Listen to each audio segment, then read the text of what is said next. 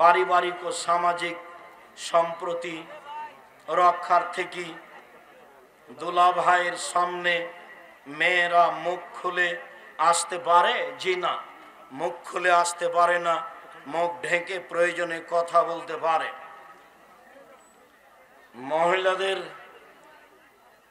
মহিলাদের জামাত, আমি একজন সরকারি চাকরিজীবী। প্রতি বছর শেষে ব্যাংকে আমার টাকা না থাকা সত্ত্বেও 5-6 সুদ আসে। আমি তাহলে এই টাকার কি করব? যা আসে তা নিয়ে ছেলে মেয়েকে বলে রাখতে হবে, অসহায় পুরুষ নারীকে দিয়ে দিতে হবে, খাওয়া হারাম।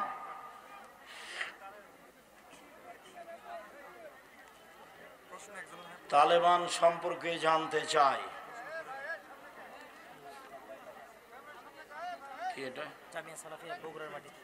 বগুড়ার মাটিতে জামিয়া সালাফের প্রতিষ্ঠান করার কোনো পরিকল্পনা আছে? এখানে পাশে কোথায় একটা জমি এক লোক দান করেছে, ইনশাল্লাহ সেখানে এই বছরই শুরু হবে বলে ভাবছি, দেখি কখন শুরু হয় ইনশাল্লাহ। আমরা পরিবারের অমতে প্রেম করে বিবাহ করি। বিয়ের 3 বছর পর আমাদের পরিবার মেনে নেই, আমরা পরবর্তীতে আর বিবাহ করি নাই। তোমার আব্বার উচিত 2 জন সাক্ষী নিয়ে পুনরায় বিবাহ পড়ানো। 2 জন সাক্ষী নিয়ে যতদিন পর্যন্ত তোমার বাপ বিবাহ না পড়াবে ততদিন পর্যন্ত তোমাদের জেনা হবে। 10 ছেলের মা হলেও এটাই ঠিক। আমার প্রশ্নটা হচ্ছে, ব্যাংকে চাকরি করা হারাম, এর সত্যতা আমি অকপটে স্বীকার করি, কিন্তু যদি এটা সত্যি হয়ে থাকে তাহলে এখানে টাকা জামানত বা ব্যাংকে রাখা, জি, ব্যাংকে চাকরি করা আর টাকা ব্যাংকে রাখা দুটো এক নয়। খুশিতে মাসে মাসে টাকা উঠাবেন ব্যাংক থেকে, লোন নিয়ে বাড়ি করবেন, আর নিরুপায় হয়ে টাকা ব্যাংকে রাখবে সুদমুক্ত অবস্থায়, দুটো এক কি করে আপনি ভাবলেন? নামাজের ভিতর যদি এক আয়াত থেকে অন্য আয়াতে চলে যাই তাহলে কি নামাজ হবে? জি হবে, কোনো সমস্যা নেই, এবং তাতে সহসিজদা দিতে হবে না। দেখিও কি লেখা আছে। আমরা রড মিস্ত্রি কাজ করি, কাজ শেষে কিছু 60 রড বাঁচে, ওগুলো মহাজনকে না বলে বিক্রি করি। এটা আমানতের খেয়ানতা, হারাম, এটা না বলে বিক্রি করা যাবে না। হারাম টাকা হালাল কোনো ব্যবসায় বিনিয়োগ করলে সেখান থেকে উপার্জিত। হারাম টাকা হালাল কোনো ব্যবসায়, জি না, হারাম টাকা দিয়ে হালাল ব্যবসা করা যায় না। হারাম টাকা দিয়ে হালাল ব্যবসা করা যাবে না। স্বামী মারা গেলে স্ত্রী নাকফুল পরতে পাবে না, এটা হিন্দুদের নীতি।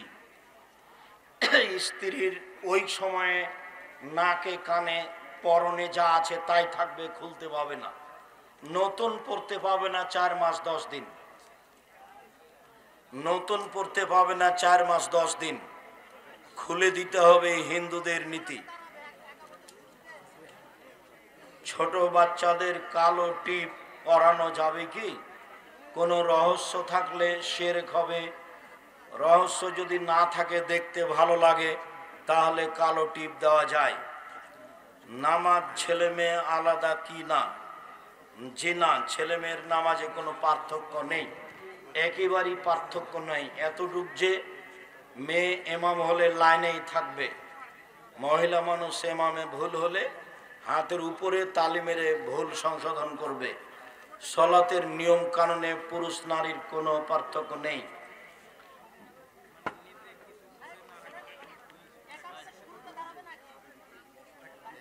কি কথা এটা? একামত যখন শুরু হবে তখন থেকে দাঁড়ানো শুরু করবে। আমার বাড়ি খেতলাল, জয়পুরহাট। আমার প্রশ্ন, বিভিন্ন কোম্পানি থেকে বাকিতে পণ্য কিনলে কি সুদের অন্তর্ভুক্ত হবে? জি না, প্রতারণা যেন না থাকে। যেই কোম্পানির মাল চলে না, আপনাকে অতিরিক্ত টাকা দেওয়া হয়, সেই কোম্পানির মাল সমাজে দিবেন ভালো বলে টাকা পাচ্ছেন, এই জন্য তো প্রতারক ডাক্তারের মতো হয়ে গেল। ও ডাক্তার তো জানে যে এর চেয়ে ভালো কোম্পানির ওষুধ আছে, তো ওই কোম্পানির ওষুধ লিখেছে, তার প্রিসক্রিপশনে যে তাকে টাকা দেয়, তো এর টাকা লস, ওর বাপের পড়ানো লস, তো প্রতারক ডাক্তার। সালাতে ফরজ নামাজ পড়ার কি কোনো মোনাজাত করা যাবে? মোনাজাত ব্যক্তিগত ব্যাপার। সালাতের পরে সবাই মিলে হাত তুলে দোয়া করলে গুনাহ হবে, যা বিদআত। আজও বগুড়াতে এসব কিছু আছে, আমাকে তো অবাক লাগছে। আজও কি বগুড়ায় এমন কোনো পাড়া আছে যেখানে নামাজের পরে হাত তুলে দেওয়া হয়? তাহলে কি তারা খাঁটি বেদাতি? ওদের এইদিকে উত্তরবঙ্গে না থেকে ওদের বাড়ি করতে হবে এখনো চট্টগ্রাম খাগড়াছড়িতে, না এরা হলো খাঁটি বেদাতি। তো খাঁটি বেদাতি উত্তরবঙ্গে থাকবে কি করে? যারা খাঁটি বেদাত করে, যারা খাঁটি সেরেক করে, তাদেরকে দক্ষিণবঙ্গে যেতে হবে। বিবাহ করার জন্য কি কি গুণ লাগবে?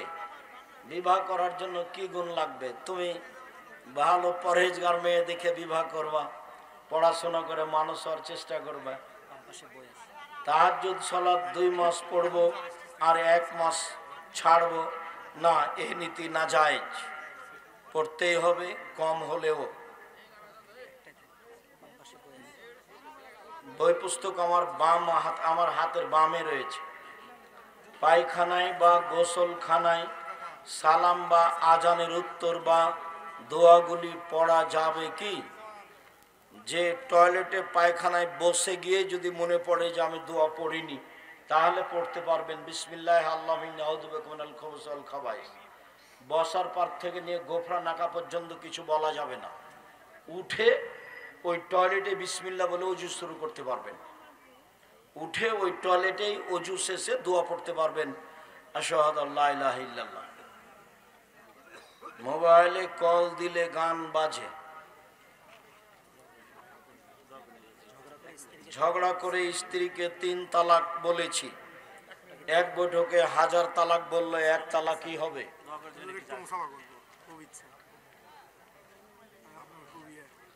আমরাও চলে এসেছি কাছে, দেও কিছু যে একটু পড়ে দেখো। মামার সাথে ভাগ্নির বিবাহ কি জায়েজ? মামার সাথে ভাগ্নির বিবাহ হারাম, চিরদিনের জন্য হারাম। যদি চাচাতো ভাগ্নি হয় কোনো সমস্যা নেই, মানে চাচাতো বোনের মেয়ে।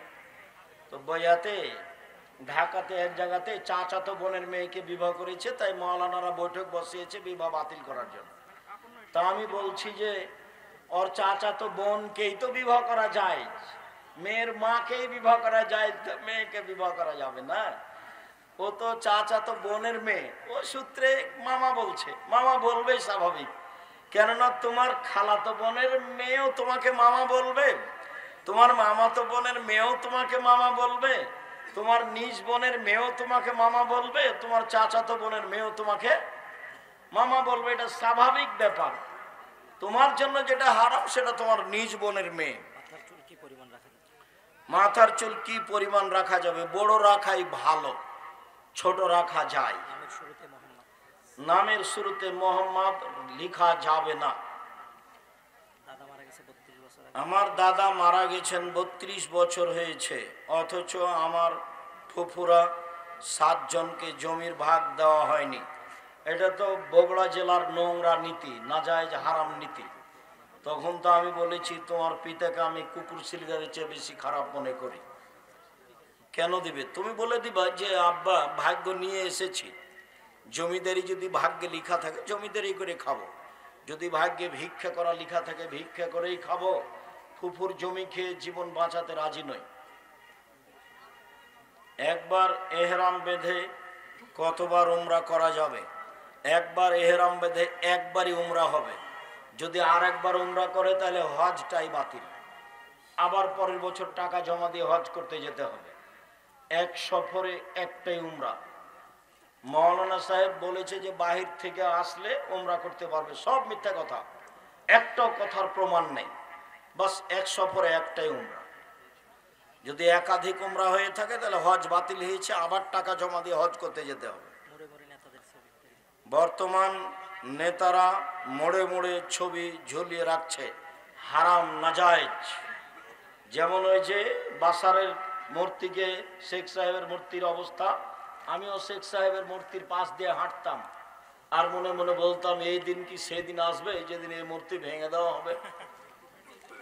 তবে এত তাড়াতাড়ি আমি মনে করিনি যে তোমরা সময় দিবা মাত্র 45 মিনিট, এইটা আমি ধারণা করিনি। আর মূর্তি এইভাবে ভাঙবে এটা আমি মনে করি না। মনে করছিলাম যে ঈসা আলাইহিস সালাম আসলে ভেঙে দেবে। আমি ঈসা আলাইহিস সালাম পর্যন্ত ভাবছিলাম, মানে ঈসা আলাইহিস সালাম যেদিন আসবেন সেদিন কোনো মূর্তি থাকবে না, কোনো কবর থাকবে না, কোনো ক্রুশ থাকবে না, কোনো শুকুর থাকবে না, সব মেরে ফেলবেন, সব ভেঙে দেবেন।